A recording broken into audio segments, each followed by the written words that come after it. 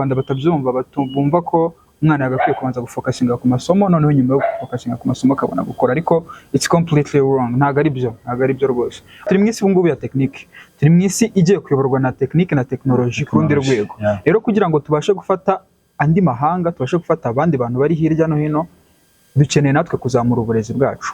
Ariko nanone naye maze igihe bari bambwira bati bite ku busizi byagenze bite. Rero ndi hafi kubizamo kandi nkabizamo nje neza kuko yaba Zoriva Billionaire ikorera i Musanze, yaba Artist TV impamyabumenyi ikorera i Rubavu. Twahagurutse twese tugusanga muri campus Gikondo. Umunsi nk'ubivuze iki kuri wowe? Icya mbere ndabanza mbashimire.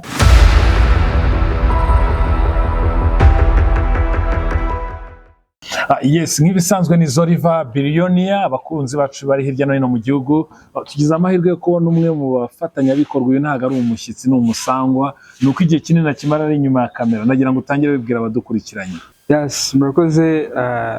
Ku mazina y'ababyeyi nitwa Ishimwe Eritie, ariko hari abanzi nka manager Artist TV, hari abanzi nka director Umuragwa, hari abanzi nk'umusizi Umuragwa, ubwo n'ikindi cyiciro.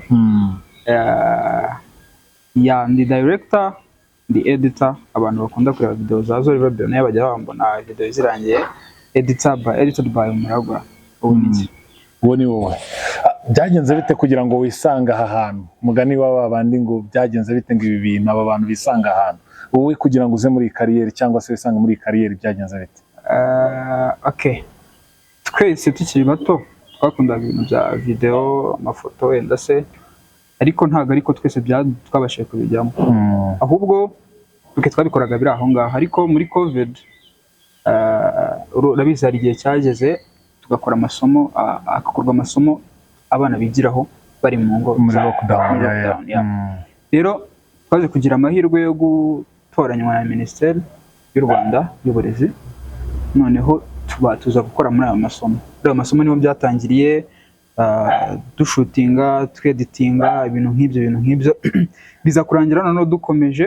Nyuma yaho duza gukora online TV, which is Artist TV impamyabumenyi, and then nkomereza aho ngaho ndi manager, ariko n'ibyo bintu kwera nari narabikozeho, nanone nkagenda mbikomeza.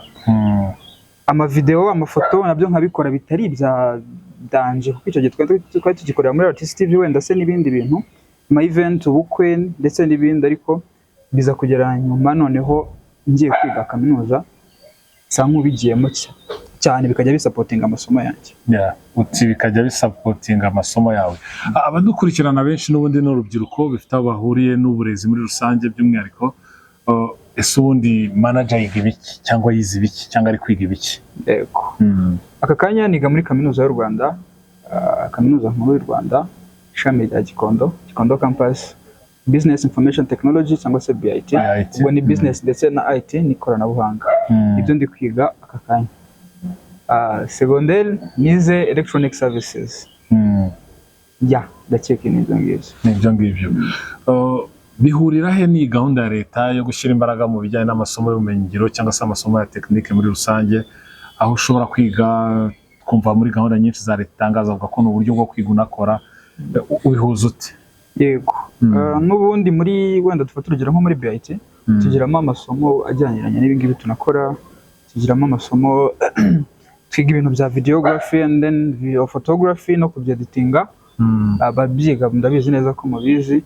Rero nje bitabinyorera cyane, kuko urumva niba nsanzwe mbikora, tukajya mu isomo wenda mfata theory ntarinzi nkayihuza na pratique narinzi, ubwo urumva pratique yije biranyorohera cyane. Urumva rero ni nanone ni muri ya gahunda none yo gukomeza y'igihugu kwiga ibintu nanone ubikora, kuko dufite nagiriye amahirwe yo kugira aho mbikorera. Abadukurikiranye muraza kwihanganira uwo muvandimwe turi kumva muri background, ntibirabumvisha aho duherereyemo. Hari abadukurikirana hirya no hino mu gihugu nanone b'abajene bakiri muri iriya porogaramu ya TVET cyangwa se TSS Technical Secondary School, ariko usanga bakihugiyeho batarafungura amaso kugira ngo byibuze atekereze ku kintu cyo kwiga agira n'icyo akora. Nihe message wamuha? Okay, icya mbere cyo buriya iriya systeme ni nziza, iriya systeme yo kwiga unakora ni nziza. Hari ababyeyi mu Rwanda batabyumva, bumva ko umwana yagakwiye kubanza gufokasinga ku masomo noneho nyuma yo gufokasinga ku masomo akabona gukora, ariko it's completely wrong. Ntabwo ari byo rwose. Umwana niba abonye yakabwiye kuba ashakirwa aho yiga, amasaha yiga, noneho na nyuma yakabona akandi karimo akora. Ntabwo ari ikibazo cyo kuvuga ngo wenda n'amafaranga, yego binamufasha ku mafaranga, ariko nanone ubumenyi biramutyaza cyane, kuko nkanjye iyo byibura ntaza kugira ayo mahirwe nkajya nkora, nari kurangiza ishuri muri ya minsi dutegereza nkaba ndicaye muri kaminuza, ntabwo nari kumzi ngo nyuma y'amasomo nzajya nkora ibi ngibi. Ariko iyo umwana yitoje icyo gihe nyuma y'amasomo akaba ashobora kugira ikintu akora, biramufasha cyane, biramufasha no mu bundi buzima, bishobora no kumuviramo kariyeri atarazi cyane. Rero nibashyira imbaraga mu gushaka ibintu bakora bijyaniranye, akenshi bijyaniranye n'ibyo biga, kuko biba byuzuzanya ijana ku rindi, ariko bakunda ibyo biga mbere y'ibindi. Amasomo niyo ya mbere, kuko nta masomo nta kindi kintu cyakunda. Babanze bafokasinge ku masomo. Amasomo niyo ashobora kuzabageza ahantu. Ushobora kugira ubumenyi wenda nta kazi ufite, ariko ubwo bumenyi nta hantu buba bugiye, buba buzakora igihe runaka. Rero niyo mpamvu amasomo bagomba kuyakompletinga mbere, ariko nanone abashishikariza kugira utundi turimo two ku ruhande bashaka gukora, turimo tw'amaboko. Hari nanone abumva ko kwiga tekinike siruta ababyeyi ndetse n'abanyeshuri ndetse na ba nyir'ibigo bamwe na bamwe nta buryo bwo kumutiva umwana bugaragara bwo kumwumvisha ko adakwiye kurangiriza mu cyiciro cya secondary, agomba no gukomeza byibuze amashuri makuru kugira ngo byibuze azamure urwego rwe, level ye cyangwa niveau ye, byibuze ejo hazaza nk'uko bivuze ko ni byiza ko agira uturimo tw'amaboko akora, ariko nanone agafokasinga ku masomo. Icyo kintu cyo kutumva ko, kumva ko niba ugiye muri TVET ni imyaka 3 hasi, ntabwo ari byo nanone. Ku bantu bagirirwa amahirwe yo gukomeza, bagakwiye gukomeza, kuko burya ishuri ntabwo ritwigisha ibyo twiga gusa. Ishuri ritwigisha ibintu byinshi, twigisha kubana, ritwigisha gushakisha iyo connection wubakamo aho ngaho, yo yonyine irenze ibindi byose. Twagira ku kintu cyitwa ubumenyi, na ruriya rupapuro wenda baguhereza mu burujyanira n'ubumenyi, nabyo biba byisumbuye, kuko ntabwo wambwira ko umuntu wize ayo ngayo 3 ahwanye n'uwize 5, ntabwo ibyo bishoboka. Rero nibagire bashaka uburyo nabo, ntabwo ari imyaka 3 gusa. Kera niko byagendaga, bumva ngo umuntu wize tekinike ntabwo yiga kaminuza. Wapi rwose. Tekinike turi mu isi ubu ngubu ya tekinike, turi mu isi igiye kuyoborwa na tekinike na tekinoloji ku rundi rwego. Rero kugira ngo tubashe gufata andi mahanga, tubashe gufata abandi bantu bari hirya no hino, dukeneye natwe kuzamura uburezi bwacu. Hano mu Rwanda dufite ibigo byiza twigisha, bifite ubumenyi, bifite ubwo bushobozi bwo kuduhereza ibyo dukeneye, kugira ngo mu myaka iri imbere abantu bose bari kubibona, n'abasaza n'abakecuru kugenda bakoresha ama smartphone, bari kugenda bakenera ubwo bumenyi nabo ubwabo bangana uko nguko. Rero nibagure ntibahagarikira aho ngaho. Ibintu byarahindutse, isi yarahindutse cyane. Tekinike niyo igiye kuyobora. Rero niba igiye kuyobora, ntabwo ikeneye kuyoborera hasi, ikeneye kuzamura hejuru, ku buryo tubasha kugera ku ruhando rw'amahanga neza, ku buryo tubasha kompeta ku isoko ry'umurimo ku rwego mpuzamahanga. Nibyo koko. Ngusanze muri shoot ya Zoliva Billionaire team ya wagiye tubwiraho muri rusange byari bimeze biti? Nabaderanje muri hangana, batwaye umwanya wanyu, n'abakunzi banyu bihangane n'ubundi ya episode murayirangiza, ariko nagira ngo byibuze n'abakurikirana ikiganiro cyawe gira icyo bitubwiraho. Zoliva, ababikurikirana Zoliva Billionaire barabizi neza ko igira ibintu byinshi bigiye bitandukanye. Igira abakina filme, icyiciro cya filme, bagira imyidagaduro igiye itandukanye, ibirori se cyangwa se ndetse n'ibindi biganiro. Na comedy, hari umusaza n'umwana nabonye rwose bagira biryoshye cyane. Na comedy. Rero tubafite ibintu byinshi, nta na rimwe tuba duhwema. Ndabivuga nkanjye nk'uyirimo team, tuba turimo gushutinga. Abayizi yitwa Jealous, The Jealous Boyfriend. Hari abantu benshi bagiye bayikunda kugira ngo tuyikomeze. So niyo turimo gukora. Dufite izindi filime tugikomeza gukora, Rusisiro, Jealous, Rusisiro barukunda ari benshi, My Sweetheart, ndetse n'izindi tukirimo gupanga. Timu ni nziza, timu ya Zoliva Billionaire ni nziza, kandi irashishikariza abantu bose, abafana bose gukomeza kuyikunda, ibitekerezo bakabiduhereza, kandi hari byinshi bibategereje. Nani ndabona no kubwira abantu batureba badakanda subscribe ni ikibazo. Usanga twarebwe n'abantu 5,000, ariko subscribe zikiri hasi. Ikubita amagashyi, ntacyo bisaba, ntacyo bigombera. Buriya rugiye umuntu akwima ikintu kitafite icyo kimutwaye, pourtant nawe ari kwiyima cyane rwose, kuko ndakeka ko inyungu n'inunguka nawe uzunguka. Exactly. Kuko ngerageza kuguhereza ibyishimo. Zoriva Billion igerageza kuguhereza ibyishimo, Artist TV igerageza kuguhereza ibyishimo, ariko nyine nawe gerageza ni subscribe yonyine, ntabwo ari amafaranga, ntabwo ari iki subscribe, like n'agashare, ibyo nyine birabaye. Kandi ugasanga agera kuri channel y'mpuzamahanga. Akabishyiraho kandi wa muntu uri aho ngaho ubu inshuti ye. Aho ndabihuza n'ibyari iwacu ku mashuri, aho koko nibyo koko dufite ama institution meza cyane abantu bakigiramo, ariko mindset, imyumvire, imitekerereze yo kumva ko umuntu agomba kwiga atari kuvuga ngo ndiga nzaye gukorera aba bantu, ahubwo ndiga kugira nzakora iki cyane. Iyo mindset ibitekerezo kuko ntekereza ko buri muri kaminuza araho mwigana dejo baryamye muri campus, haraho mwigana ubu ngubu bagiye ku stade kureba imipira, pourtant wowe uri mu kazi uri ku directinga project nini ngingi ya Zoriva Billion. Abo bantu wababwira iki? Icyambere cyo muri iyi si n'igihugu cyacu kigenda kibidushishikariza ko twagakwiye kwiremera imirimo yacu.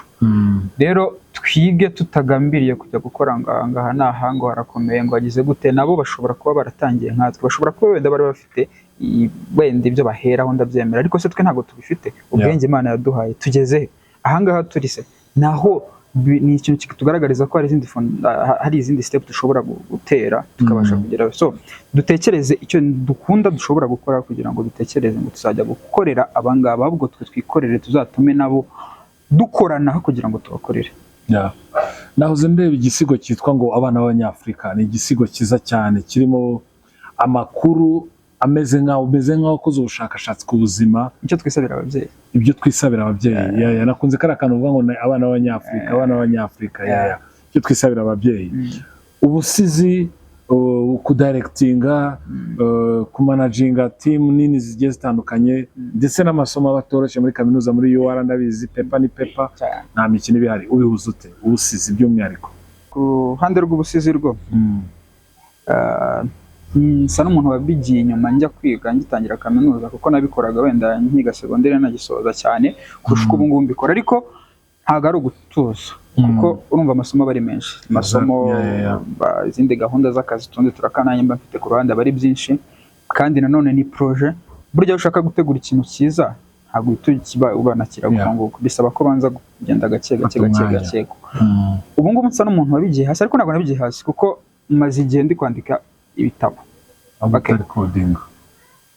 Nikiza ko ikibazo ni ukutari coding. Ikibazo ni ukutari coding, ariko kwandika ndandika. Hari n'ibitabo mfite ntabwo biraba published, kimwe mu Cyongereza ikindi mu Kinyarwanda. By'ubusizi ntabwo biraba published, ariko birafi kuba published.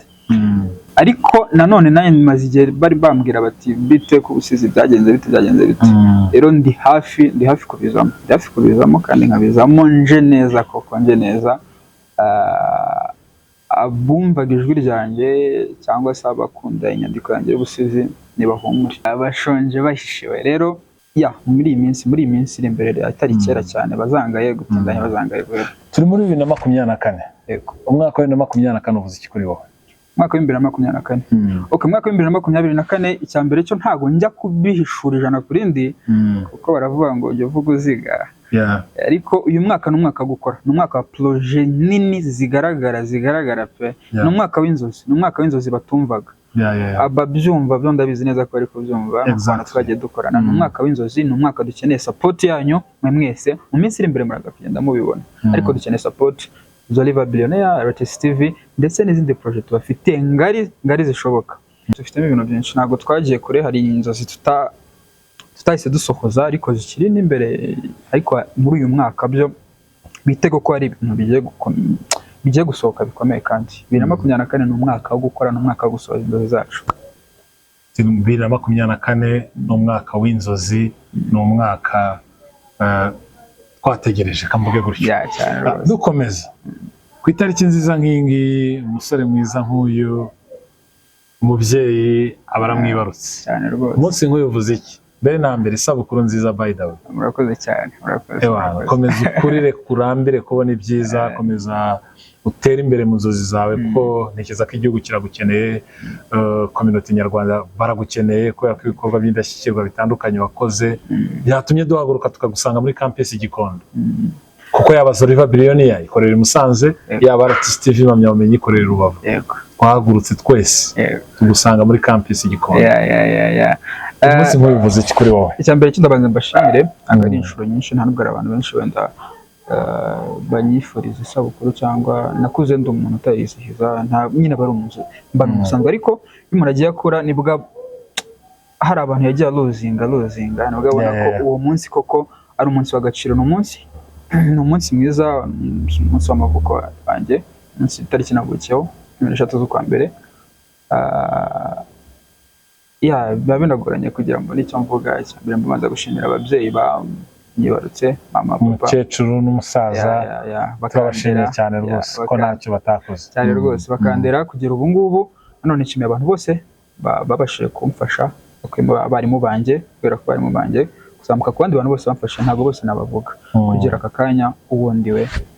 Ndabashimiye bose, mwese mwarakoze, inshuti zanjye mwese mwarakoze cyane.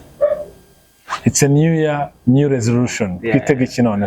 Mwitega iki? Nagiye mentioning ariko wenda bagiye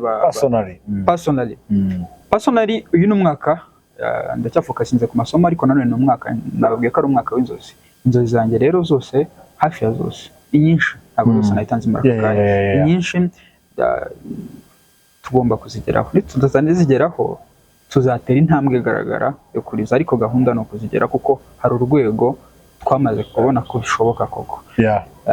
Umuragwa, ubusizi, sava, amasomo sava, abanyitege, abo dukorana ha mu maferme, mu biganiro bigiye bitandukanye, nabo atwitege tugiye kuza tumeze neza cyane. 2024 izaba nziza cyane. Hari umwana uyu munsi ukiri kurangiza amashuri y'icyiciro rusange troncomen, ufite mu mutwe ibintu byinshi cyane, arareba interview dukora, akareba gahunda za leta kuri televiziyo, ariko nanone kwishiga iwabo batugomba kujya kwiga science, ugomba kuba kanaka, ugomba kujya kwiga indimi ukaba kanaka. Nicyo amubwira ku bijyanye n'amasomo ya technique? Okay, ku masomo ya technique wenda urimo kuvuga ku bintu bijyanye n'icya gisego navuze, icyo twisabira ababyeyi baze kugishaka kiri kuri RTCTV, byose nagiye mbivugamo, kumva ko tugomba kwiga science kandi ushaka kwigira kwishaka kwigira imyuga. Nacyumvishe cyane. Rero kwiga imyuga, ntago imyuga ni myiza kabisa. Ntago ari njye wambere bababwiye, ntago ari nanjye wanyuma uzabibabwira. Imyuga ni myiza, ntago bivuze ko abantu bize science aribo bantu barenze cyangwa se batera imbere cyane kurushaho. Oya, imyuga ni myiza. Imyuga ushobora kuguhugura mu mutwe, nanone ikaguhereza icyo kurya, kuko urabonye ko leta y'u Rwanda igenda ishyira imbaraga nyinshi mu myuga.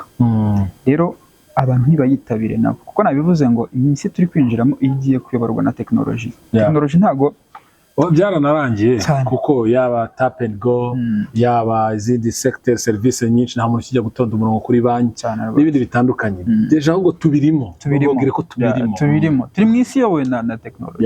Mu myaka rero igenda isa, niko dukenera abantu benshi, niko isi izakomeza gukenera abantu benshi bakora ibintu by'ikoranabuhanga, bize ubumenyi ngiro. Rero mubyeyi wumva ushaka gutuma umwana wawe yiga wenda si byo utize cyangwa se ibyo wize, oya, umwana niba afite intego yo kwiga ubumenyi ngiro, mureke. Niba bikunda bizamutunga, ikintu cyose ushobora gukunda cyagutunga. Niba ubumenyi ngiro rero none ni ibintu dukunda, urubyiruko rwinshi rurimo gukunda, nanone kandi bigezweho, kandi bizakomeza no kugerwaho muri iyi myaka. Yega abaganga ntibazabura, ariko se ibi byuma bari gukoresha byose ntibiri gukorwa n'abatekinisiye cyane rwose. Rero mu isi tugezemo, wabonye ibintu bya AI byaje, artificial intelligence, igiye gutuma abantu benshi babura akazi. Bisaba ko abantu bihangira akazi. Kwihangira akazi rero, dufata urugero, niba uri umuganga, artificial intelligence ikaba yaje, warubagaga bakazana ibyuma bibaga 5 bazahita babirukana direct. Niba nta mafaranga ufite uzashinga ivuriro ute? Ntabwo bishoboka. Ariko niba warize imyuga, ufite imyuga yawe, warize amashanyarazi, warize electronic, warize iki, ntabwo uzabura ikintu ukora. Uzagenda ahubwo ugere para bya bikoresho bakoresha hariya mu bitaro. Nuko nguko rero mureka abana biga imyuga, mureka abana biga ibyo bashaka. Nibyo koko, bareke abana bakora amahitamo yabo. Yego guidance y'ababyeyi bikenewe, ariko nanone mu isi turimo uyu munsi ya technology, nanone ntibikuraho ko dukeneye abaganga, bikuraho ko dukeneye abaveterineri n'abagronome beza cyane, kugira ngo byibuze, kuko politike y'igihugu cyacu hanini yubakiye ku buhinzi n'ubworozi. Ariko nanone na technology, kubera ko turi kugira ngo byibuze, biba bibabaje iyo ubona ukabona umunyazimbabwe aje hano gukora ikintu runaka, ubona imihanda yose yuzuyemo aba Chinese n'ibindi nk'ibyo bitandukanye, n'ibintu bitera ipfunwe, byagakwiye gutera ipfunwe umujene wo muri kino gihe Cyane kubera ko buriya mu Chinese nujya umubona mu gihugu cyawe menya ko ntabwo yaje hano kuzana amafaranga, yaje hano gutwara amafaranga. Amafaranga agakwiye kuba ari gutwarwa nawe ariko kubaka n'umuryango wawe. Wowe n'umuryango wawe nimara kubaka si igihugu nacyo kizatera imbere. Ari nabyo ubona muri sector y'ubukerarugendo za Visit Rwanda n'izindi projects zitandukanye kwita izina zo zikorwa wa muzungu waje muri ziriya projet we abazanya amadovize bitandukanye no mu Chinese uri gukora imihanda. Rero abajene koko uko bigarutseho kenshi cyane bakwiye gufungura amaso, apana kuyafungura bareba imbere yabo, kuyafungura bareba kure cyane ejo hazaza. Tugana ku musozo, hari benshi bakurikirana Zoriva Billionaire bari hirya no hino mu gihugu. N'ubuhe butumwa bwihariye wabagenera ku munsi mwiza nk'uyu nguyu w'isabukuru yawe y'amavuko, ku munsi mwiza nk'uyu nguyu w'umwaka mushya muhire, ku munsi mwiza nk'uyu nguyu dufata umuntu uhora inyuma ya kamera tukamuzana imbere ya kamera? Hari umushuti wanjye mu minsi ishize yarambwiye ngo twakoze dukunda acting ariko ngo nsigaye narabyishe, nsigaye nkora inyuma ya kamera gusa. Uyu munsi arambona, ndakeka arambona. Arakubona yani rwose arakubona. Umwanditsi sha ntabwo muvuze ariko n'umwanditsi icyo nzi. Yani umwanditsi barabyumva neza. Uyu munsi rero ndashimira abantu mwese mwe Zoriva Billionaire Artistic Team, mwakoze cyane, mwankoze surprise ntabwo niteguye. Abanyifurije ibyo bagize ibyo banyifuriza mwakoze cyane, abansapotinze mwarakoze, abandemye aho ngeze ubu mwarakoze, bazanansapotinga nabo ndacyabashimira. Turacyari kumwe ntaho ngiye, namwe ntaho mugiye, dukomezanye rero ariko mukomeze mudushyigikire namwe. Zoriva Billionaire Artistic TV mudushyigikire cyane, mudushyigikire. Dukeneye imbaraga zanyu kugira ngo dukeneye imbaraga zanyu nimwe zihera, nimwe dukeneye ko mutangira mudusapotinga kugira ngo n'abandi tubone. Nimutadusapotinga se abandi bazatubona gute? Niba mubona koko tubikwiriye mudusapotinge, kandi ndabizi neza ko tubikwiriye. Ntabwo dushyiramo imbaraga zingana uko nguko, abantu bangana uko nguko, ari uko dukora ibintu by'ubusa. Mudusapotinge rero. None tunyinjiye mu mwaka mwiza, navuze ko tuzabakenera. Dufite projet nyinshi kandi turizera neza ko zizabashimisha. Nanone mukomeze mudutize amaboko yanyu. Murakoze. Ndagushimiye Muragwa. Murakoze cyane. Reka nizere ko n'ubutaha nako ntibyashoboka.